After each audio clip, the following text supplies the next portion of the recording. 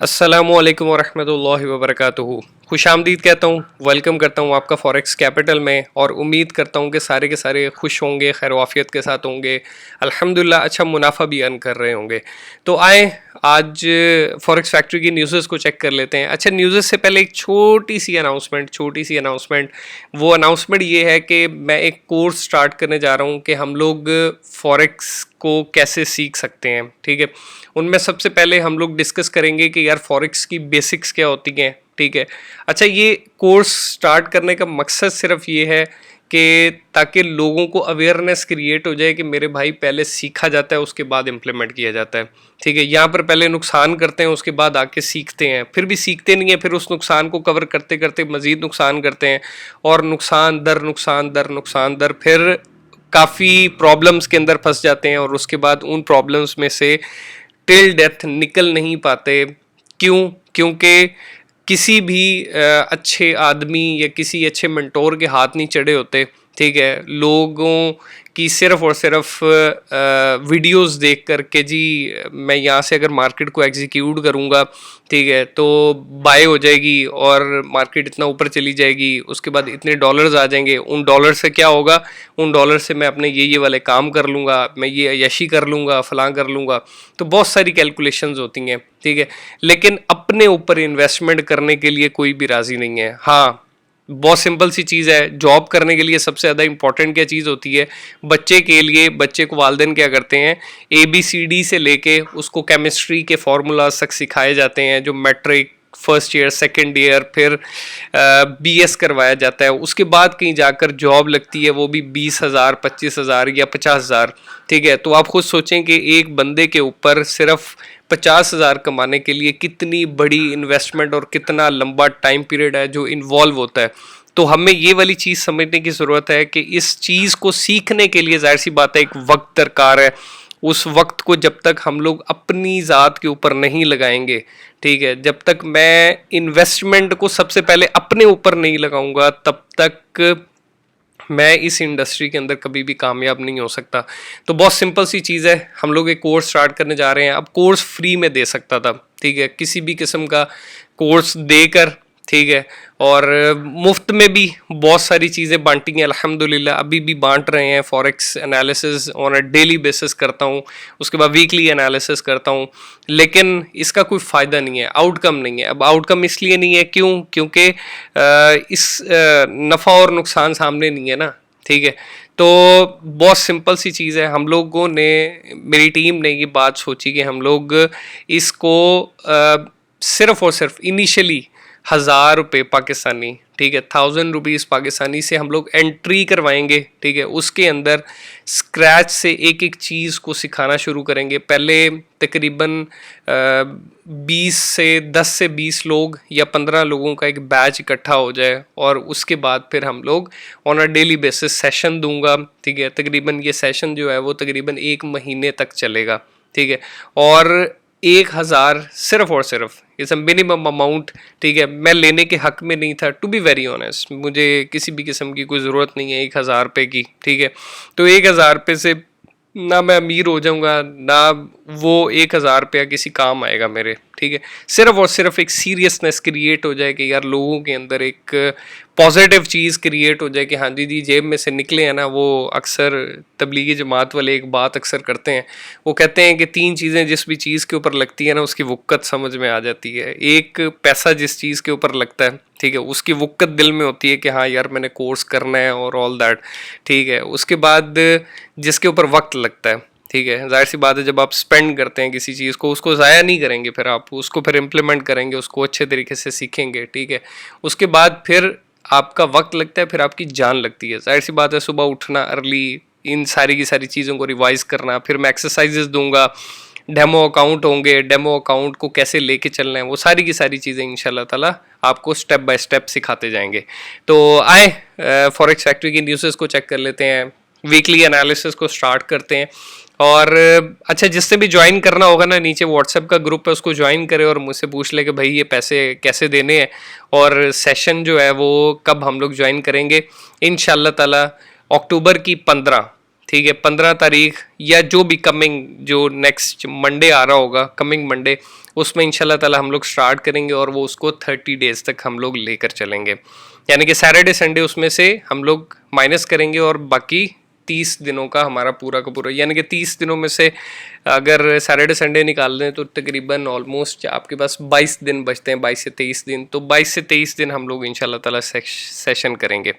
तो आए, मंडे का दिन बहुत ज़्यादा इंपॉर्टेंट है, ठीक है। जो लोग स्विस में ट्रेड कर रहे हैं, CPI month on month decrease कर रहा है, इट्स वेरी गुड फॉर जो कि स्विस जो बैंक है उनके लिए सबसे जो इम्पोर्टेंट चीज़ है वो ये है कि वो इंटरेस्ट रेट को इंक्रीज़ नहीं करेंगे। अगर हाँ ये नंबर इंक्रीज़ होता है तो उनकी तरफ से स्टेटमेंट अगर नहीं आएगी तो फिर एक मार्केट के अंदर एक बैड सेंटिमेंट क्रिएट होगा और यूएसडी इंडेक्स जो है वो अपसाइड मूव हो सकता है। तो उसके बाद आईएसएम मैन्युफैक्चरिंग पीएमआई इंक्रीज से, यानी कि एक्सपेक्टेड है, जहाँ तक मुझे लगता है कि जो मार्केट का जो फर्स्ट जो मंडे और ट्यूसडे है ये यूएसडी के लिए थोड़ा सा बुरा हो सकता है और उसके बाद जो रेस्ट ऑफ वीक है उसमें मार्केट अपसाइड मूव होगी और उसके बाद देन जो फ्राइडे है उसमें मार्केट की करेक्शन होगी और वो ड्रॉप ले सकती है। अच्छा, ये मैंने आपको थोड़ा सा एक आउटलुक दिया है। उसके बाद ट्यूसडे वाला दिन है, कैश रेट है इंक्रीज कर रहे हैं और reserve bank of Australia rate statement है, इम्पॉर्टेंट है, काफ़ी ज़्यादा इम्पॉर्टेंट है। जो लोग ऑजी में ट्रेड करते हैं तो यार सिर्फ और सिर्फ सबसे जो इम्पोर्टेंट चीज़ है उसको मद्देनज़र रखिएगा। वो सबसे ज़्यादा इम्पॉर्टेंट चीज़ ये है कि ऑजी रेट इंक्रीज़ करेगा, लाजमी सी बात है। जब उन्होंने एक स्टेटमेंट दिया वो रेट इंक्रीज़ करेंगे, लेकिन इसके ऊपर जो नंबर ऑफ वोट्स और नंबर ऑफ जो इनको बेसिस पॉइंट मिलते हैं उनके ऊपर मार्केट की मूवमेंट एक्सपेक्टेड होती है कि मार्केट अपसाइड जाएगी या ड्रॉप होगी। ऑजी काफ़ी ज़्यादा ड्रॉप, जितने भी मेजर्स हैं वो काफ़ी ज़्यादा ड्रॉप हो चुके हैं।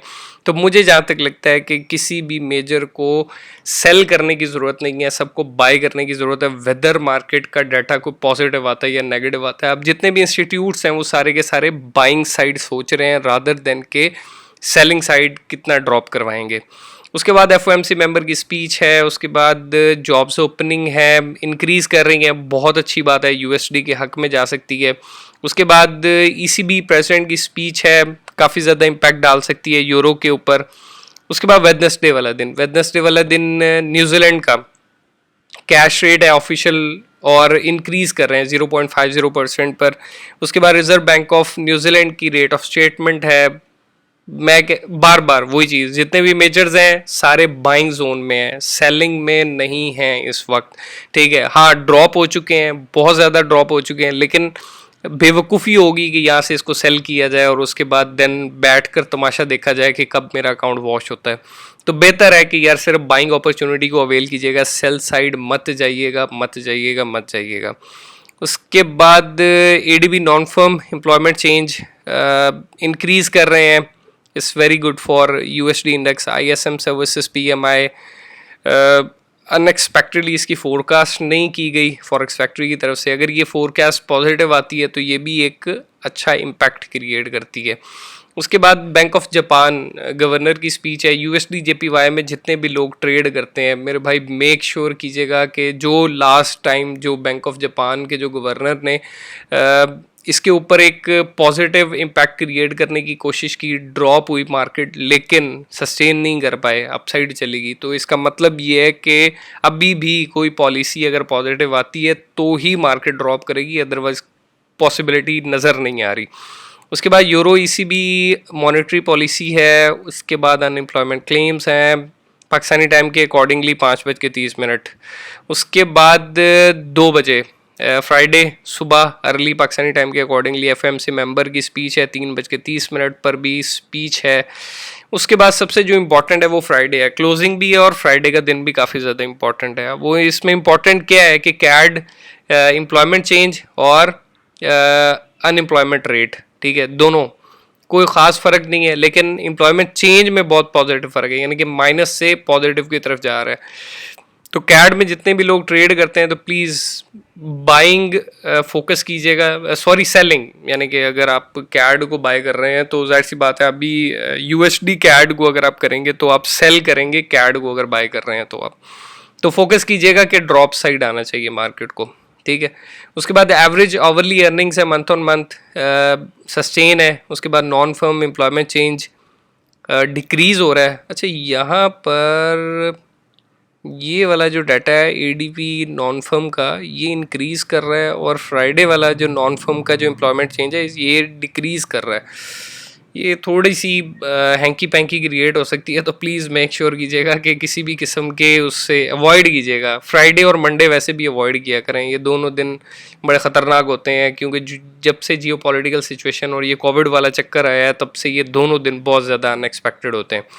उसके बाद अनएम्प्लॉयमेंट रेट है 3.7% पर है। अगर इंक्रीज़ होता है तो मार्केट ड्रॉप करेगी, अगर डिक्रीज़ होता है तो पॉजिटिव इम्पैक्ट क्रिएट कर सकती है मार्केट के ऊपर।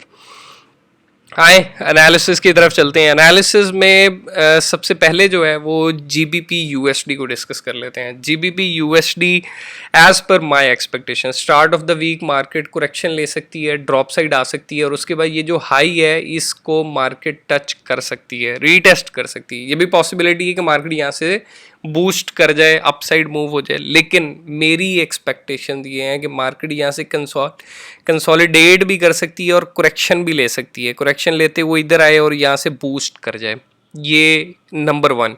अगर 1.092 से अगर नीचे सस्टेन हो जाती है, नीचे चली जाती है, बाइंग नहीं करनी है आपने, सॉरी सेलिंग नहीं करनी, बाइंग करनी है। लेकिन बाइंग का फोकस क्या रखना है कि जो भी डिप है उसको बाय करना है और 30 से 40 पे पर एग्जिट लेना है, ज़्यादा चक्कर में नहीं पड़ना। एक मेरा दोस्त है वो काफ़ी अच्छा, उसने प्रॉफिट गेन किया 1.0378 या 80 से उसने बाइंग की थी, और अल्हम्दुलिल्लाह तकरीबन 1 मेरे कहने पर ही उसने बाइंग की अल्हम्दुलिल्लाह।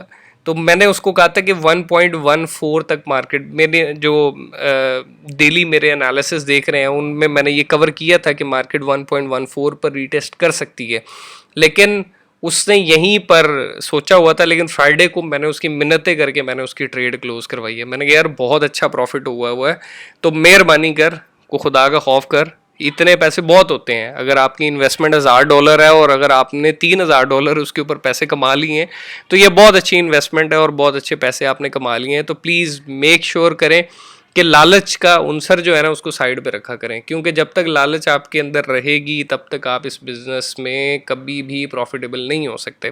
ठीक है, तो मार्केट 1.0990 से अगर नीचे सस्टेन हो जाती है, फिर आपने वेट करना है अपसाइड इससे मूव होने का, उसके बाद बाइंग कीजिएगा। और फर्स्ट टारगेट हमारा 1.14 है, उसके बाद नेक्स्ट हमारा टारगेट 1.17 है। उसके बाद बीटीसी पे आ जाते हैं। बीटीसी काफ़ी अच्छी मूवमेंट एक्सपेक्टेड है। ठीक है, मार्केट अच्छा, ये मैंने एक जो लॉन्ग टिक बनाया ना, ये मैं हर वीक से बना रहा हूँ। ठीक है, ये भी पॉसिबिलिटी है, ये जैसे ट्रेंड डाउनसाइड जा रहा है ना, ये अगर मैं आप लोगों को दिखा सकूँ, यहाँ से ये देखें, मार्केट का एक ट्रेंड है जो डाउनसाइड की तरफ आपको शो कर रहा है कि मार्केट नीचे जा रही है। ठीक है, लेकिन मुझे जहाँ तक एक्सपेक्टेशंस ये हैं मार्केट से कि यहाँ से इस वाले उसमें आएगी।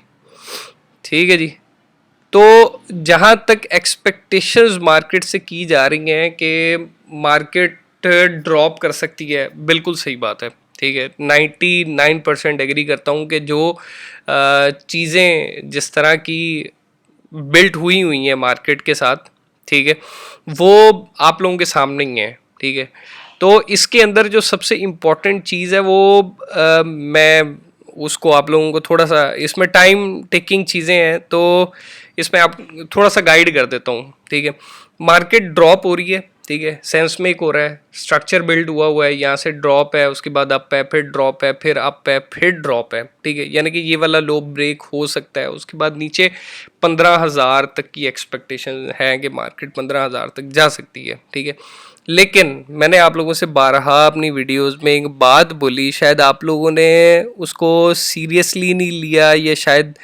सीरियस उसको लेना नहीं चाह रहे। ठीक है, मैंने आप लोगों से बारहा एक बात बोली थी कि 18,500 जो है ये काफ़ी इम्पोर्टेंट जोन है।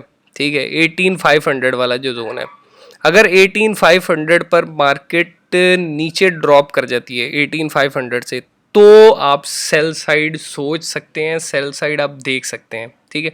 अगर मार्केट इससे अपसाइड है, ठीक है, तो मार्केट की मूवमेंट जो है वो एक्सपेक्टेड यही है कि मार्केट जो है दोबारा से शूट कर जाएगी, ठीक है। तो शूट कर सकती है, ठीक है। तो प्लीज़ मेक श्योर कीजिएगा कि किसी भी एंगल में आपने सेल में नहीं फंसना। हाँ, अगर आपने ज़ीरो पर मैप किया हुआ है, स्ट्रैटेजी को फॉलो किया हुआ है, तो 15,000 पे भी चली जाए तो यार कोई किसी भी किस्म का कोई प्रॉब्लम नहीं है।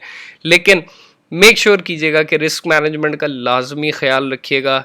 अपसाइड ड्रॉप हो सकती है, 99% चांसेस हैं कि मार्केट ड्रॉप हो सकती है, लेकिन जो मैं बीटीसी से एक्सपेक्ट करता हूँ कि जो मार्केट शूट करती है ना, ठीक है, वो एक एक्सपेक्टेशन है मार्केट से कि मार्केट जैसे ही थोड़ा सा भी मार्केट ने हल्का सा भी नोशन दिया ना, ठीक है, निकलने का अपसाइड, तो मार्केट आपके सामने ही होगी और मार्केट काफ़ी ज़्यादा बूस्ट कर सकती है, ठीक है। और एक ही कैंडल हो सकती है, यानी कि डे की एक ही कैंडल हो जो ये सारे के सारे इन सारे इस वाले हाई को ब्रेक कर जाए और इस वाले हाई को ब्रेक कर जाए। पॉसिबिलिटी है, जैसे ड्रॉप में इतना लंबा ड्रॉप आ सकता है, तो फिर इंक्रीज में भी आपके सामने ही है। यहाँ पर मैं आप लोगों को पीछे दिखा देता हूँ कि ये देखें ना, यहाँ से अपसाइड निकलना, ठीक है, ये नॉर्मल सी मूवमेंट है कि एक्सपेक्ट किया जा सकता है बीटीसी से, ठीक है। तो मैं बाइंग के हक में हूँ, लेकिन 18,500 से अपसाइड अगर रहती है मार्केट, फिर बाइंग ही फोकस है। अगर नीचे जाती है तो फिर 15,000 पे जा सकती है मार्केट। उसके बाद यूरो पर आ जाते हैं। यूरो यूएसडी ड्रॉप होगी और अपसाइड सस्टेन होगी, ठीक है, मेरी एक्सपेक्टेशन ये है। लेकिन बहुत ज़्यादा लोग हैं वो इस चीज़ को देख रहे हैं कि मार्केट ड्रॉप लिया, कुरेक्शन, फिर ड्रॉप, फिर कुरेक्शन, फिर ड्रॉप, फिर कुरेक्शन, फिर ड्रॉप, फिर कुरेक्शन, फिर ड्रॉप, फिर कुरेक्शन, फिर ड्रॉप, फिर कुरेक्शन, फिर ड्रॉप, और फिर कुरेक्शन, अपसाइड, और फिर एक ड्रॉप, ठीक है। समझ आ गई होगी बात। तो उम्मीद करता हूँ कि यार बात समझ आ गई होगी। ट्रेंड बहुत बैरिश है, बहुत बैरिश है और स्ट्रांगली बैरिश ट्रेंड है। तो प्लीज़ मेक श्योर कीजिएगा कि उस चीज़ को अवॉइड कीजिएगा जिसमें फंसने का अंदेशा हो, उस चीज़ को अवॉइड कीजिएगा, ठीक है। जो बार बार कहता हूँ कि यार सेलिंग से बचिएगा, सेलिंग से बचिएगा। उसके बाद गोल्ड पर आ जाते हैं। गोल्ड मेरी एक्सपेक्टेशंस के अकॉर्डिंगली मार्केट को कुरेक्शन नीडेड है, मार्केट कुरेक्शन ले सकती है, ये वाला जो लो है इसको ब्रेक कर सकती है, उसके बाद देन अपसाइड, और ये फाइनल मूव होगा जो अपसाइड जाएगी, ठीक है। उसके बाद मार्केट, मुझे जहाँ तक लगता है कि मार्केट की एक लंबा मूवमेंट है जो कि जो जो नेक्स्ट जो ओपनिंग है ना वो 1590 या 1550 के अराउंड भी जा सकती है, ठीक है। ये मेरी एक्सपेक्टेशन है, ये है कि मैंने ये जो ट्रेंड है और इसके हिसाब से मैंने आपको बताया है कि एक्सपेक्टेशन है ये है कि मार्केट पहले ड्रॉप करेगी अप और देन फिर अगेन ड्रॉप। उसके बाद यूएसडी जेपीवाई पे आ जाते हैं। यूएसडी जेपीवाई मेरी जहाँ तक, ये जो था ना, ये वाली जो कैंडल थी, ठीक है, इस पर 99% चांसेस थे कि मार्केट अब ड्रॉप कर जाएगी, ठीक है। बहुत अच्छा स्टेप था जो बैंक ऑफ जापान का जो गवर्नर है उसकी तरफ से काफ़ी अच्छा स्टेप लिया गया, लेकिन एक्सपेक्टेशंस के से हटकर रिजल्ट थे, ठीक है। उसके बाद देन अचानक मार्केट की करेक्शन करते हुए अपसाइड मूव हो जाना, ये आपको 4 आवर्स में अच्छी वो आप समझ आ रही होगी। ड्रॉप, ये जाते हुए यहाँ पे कंसोलिडेट, और ये जो कंसोलिडेशन है ना ये बहुत ख़तरनाक है, ये नीचे नहीं है, ये अपसाइड जाएगी, ठीक है।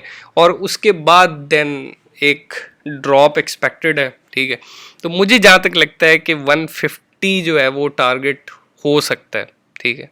कंफर्मेशन नहीं है लेकिन 150 टारगेट हो सकता है। सेल साइड फोकस कीजिएगा, बाय साइड मत फोकस कीजिएगा, ठीक है। उसके बाद यूएसडी इंडेक्स पर आ जाते हैं। USD index start of the week consolidation है, ये वाला पॉइंट है 110 के अराउंड। अगर मार्केट दोबारा इस जोन को रीटेस्ट कर लेती है तो फिर अपसाइड एक्सपेक्टेशन हम लगा सकते हैं कि अपसाइड दोबारा से करेक्शन होगी, और ये करेक्शन इस वाले हाई को ब्रेक कर सकती है। यानी कि ये जो यहाँ पर जो छोटी सी एक रेजिस्टेंस और सपोर्ट का एक छोटा सा वो कॉम्बिनेशन यहाँ पर शो हो रहा है, ये यहाँ पर रीटेस्ट करेगी और उसके बाद देन अगेन एक ड्रॉप आ सकता है, तो पॉसिबिलिटी है, कंफर्मेशन नहीं है, पॉसिबिलिटी है, ठीक है। पॉसिबिलिटी और कंफर्मेशन जो है वो लास्ट वीक में मैंने कहा था कि मार्केट ये इस तरह का एक बना रही है, तो सेम एज इट इज़ अभी भी मार्केट ने ऐसा ही कुछ एक बिल्ड किया हुआ है। जो एक्सपोनेंशियल मूविंग एवरेजेस की बात कर रहा हूँ, 21, 13 और 9 एक्सपोनेंशियल मूविंग एवरेज, जो काफ़ी क्लोजली चल रही होती हैं कैंडल्स की फॉर्मेशन के साथ साथ, ठीक है। तो एक्सपेक्टेशन यही है कि मार्केट ड्रॉप करेगी, ठीक है, और देन उसके बाद देन दोबारा से एक मूव है जो इस तरह की कैंडल एक्सपेक्ट हो सकती है कि दोबारा से अपसाइड, ये भी हो सकता है कि इस वाले हाई को ब्रेक कर दे और उसके बाद देन दोबारा से करेक्शन और फिर अप, फिर करेक्शन, फिर अप, ठीक है। 120 की जो बातें हो रही थी ना, तो मैं उसको थोड़ा सा वैलिडेट कर रहा हूँ। उम्मीद करता हूँ आज के एनालिसिस अच्छे लगे होंगे। लाइक कर दीजिएगा, सब्सक्राइब कर दीजिएगा और शेयर लाजमी किया करें। और जिसने भी कोर्स ज्वाइन करना हो यार, नीचे डिस्क्रिप्शन में व्हाट्सएप का लिंक मौजूद है, आएँ ज्वाइन करें और इंशाल्लाह ताला आप लोगों को फ़ायदा लाजमी होगा। थोड़ी सी इन्वेस्टमेंट है, कर लें। 1000 रुपये की इन्वेस्टमेंट है पाकिस्तानी रुपीज़ के अकॉर्डिंगली। 1000 रुपया इसलिए रखा है कि ताकि सीरियसनेस, थोड़ी सी सीरियसनेस भी शो हो। मुफ्त में कोई भी आके, यार मेरा जहाँ तक आइडिया है कि ऑन अ डेली बेसिस बहुत सारी चीज़ें मुफ्त में देते हैं, क्रिटिसाइज़ किया जाता है रादर देन, और ज़्यादातर वो लोग हैं जो मुफ्त में अपना नुकसान भी करते हैं और उसके बाद देन फिर बातें भी करते हैं, ठीक है। मानते भी नहीं है और फिर बातें भी करते हैं। तो प्लीज़ इस चीज़ को थोड़ा सा पॉजिटिव लीजिएगा, नेगेटिव मत लीजिएगा। तो बाकी इंशाल्लाह ताला अपना बहुत सा ख्याल रखिएगा। कल दोबारा इंशाल्लाह ताला डेली में मुलाकात होगी। अल्लाह हम सब का हामी व नासिर। अस्सलामु अलैकुम व रहमतुल्लाह।